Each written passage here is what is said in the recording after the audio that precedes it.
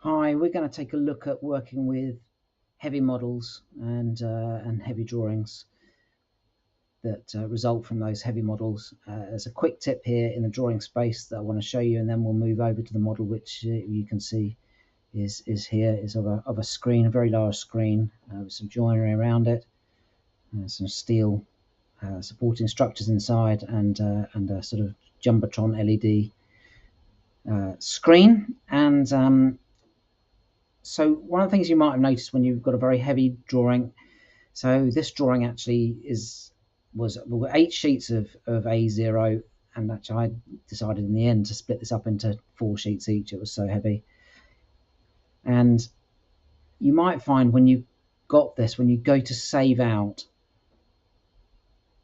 you get the little blue circle, and it takes ages to save out. So one way in which you might well be able to reduce the amount of time it takes to save out is to go up to the settings area, options, select document properties. So this setting that you're going to change now is only for this document. It won't change all documents. It's just for the document that you're working in.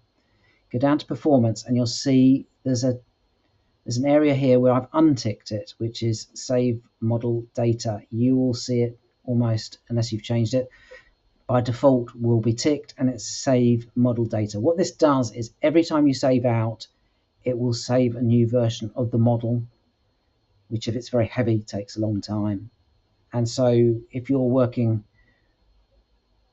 through making some changes through your drawing, and you're as a good workflow regularly saving out every time you're saving in the model data all the time, it takes a long time. If you untick this, it will reduce that time drastically if it's a very heavy model. So that's pretty handy. And to be fair, for most of us, if you are opening up your drawings in a fully resolved state, which most of us do, you could just untick this and leave it unticked anyway. It's really, I mean, I'll show you where that is. If you want to open your drawing in a lightweight state, do you need to save out the model data, because it handles the data differently, which is why it does it. So if you're one of these people like most of us, and you just your drawings are always opened as fully resolved, then unticking this is just simply just not a problem. So I'm going to leave it unticked, but that's where you need to go, and that will save you an awful lot of time in save outs if it's taking a long time. Got the little blue circle going on there. Okay, so let's close this drawing down and take a quick look at a couple of other tips in the models themselves. So we've got this is actually let's go to the assembly of this first of all, just to give an idea of what it is. You'll have seen it was the screen. We've already got some appearances all not coming through because the model's so heavy. And if I was to hide away one of these components, well, actually not in this part, actually we're still in the assembly environment.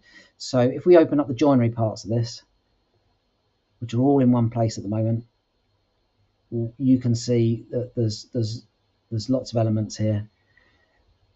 And if I was to hide away one of these bodies, it's so heavy, it'll hide away quite quickly. But when you then want to bring it back in, so show hidden bodies, I mean, it might probably take over 10 minutes for it to come back in. So it's pretty irritating, and it's all got very lumpy to work with.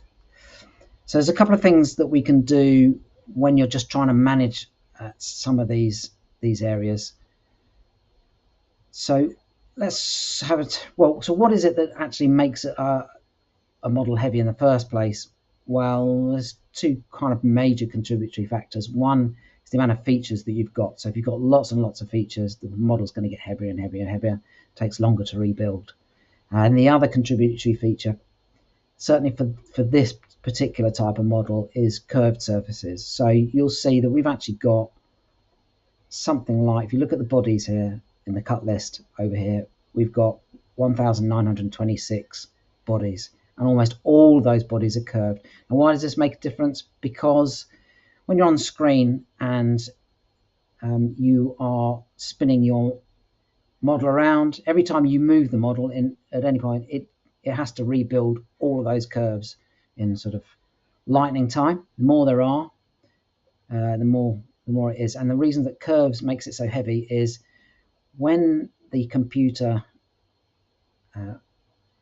creates a curve or a curved surface, the surface isn't actually curved. It's actually a faceted set of small triangles, so very, very small triangles. So the more your image settings are set up to higher settings, the more tiny triangles there'll be. You know, if you were to zoom into a microscopic level, you would see that it was a bunch of very small triangles all faceted together to create a curve. And to the screen and to the human eye, you know, it's so tiny that we perceive it to be curved surface. And every time that you spin this round, it has to rebuild all of those, you know, millions of them. And after a while, it gets too heavy for your processing, and it creates pressure on the processing, and then on the software, and you start getting lots of funny stuff happening and lots of bad performance. So one thing we can do is try and evolve our modeling workflow to create less features. This particular model's been handled by a number of people, one being myself. So, and it's also been revised numerous times. When that happens, you end up having lots of features. But if you can, as a general good practice, try and keep the amount of features you're creating as small as possible, that does help. And one of the things I'm trying to do is, with my workflow, is trying to create, trying to work more from sketches rather than features, to try and reduce the amount of features. The other thing you can do is, if you go up to here where the cut list is, if you right click on cut list, you'll see down here update automatically. Now this will normally be ticked as a default, it's ticked. And what it's doing, so when you're in a small model, every time you rebuild, it'll rebuild all of this cut list. So when you've only got 4 or 5 bodies, or even 100 bodies, it's quick and easy to do, and it's happening so fast that you wouldn't notice any difference. But when you've got 1,000 bodies and they're all curved, and in amongst all the other stuff, having this automatically update all the time really does slow down performance. So if you right click on here and untick this box here, update automatically, it'll stop it from doing the automatic updates. You can always, you know, tick it again later on once you've finished sort of making the changes to your model, if you want to put it back on again. But that will help. So that's tip number 1. And tip number 2 is also just to take a look at the lock bar. So you'll notice that these features here have got a little lock on them. That's because I've drawn down the lock bar, which you'll normally find as a yellow line sitting up the top here. If you drag it down, you can start locking these off.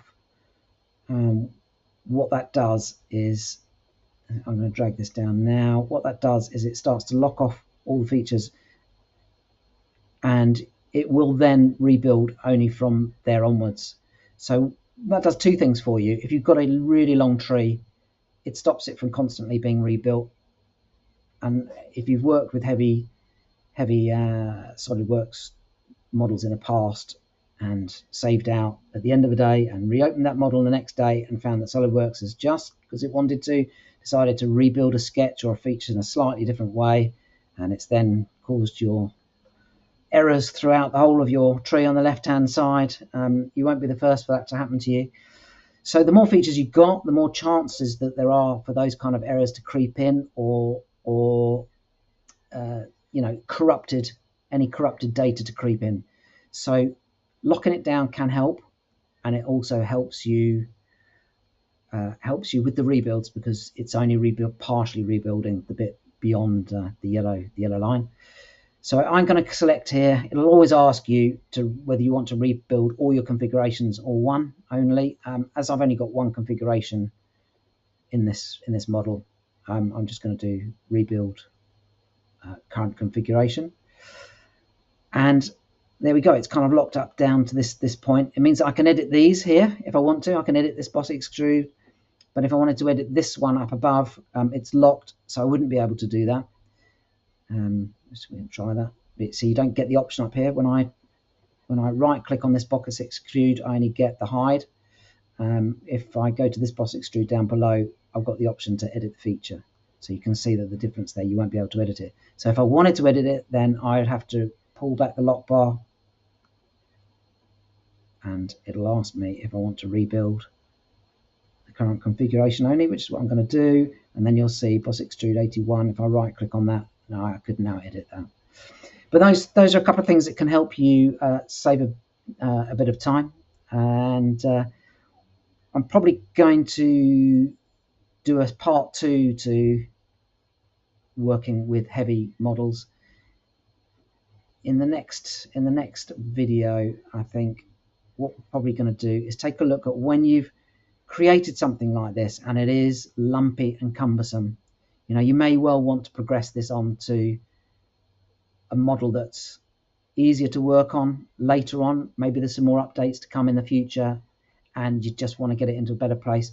A good way of doing that is to create some derived parts and bring them all back together in assembly, so that you're working with imported bodies. And I'll show you how to work with that in the next video. Anyway, I hope this has saved some stress and helped you click a little bit less, and we'll see you next time.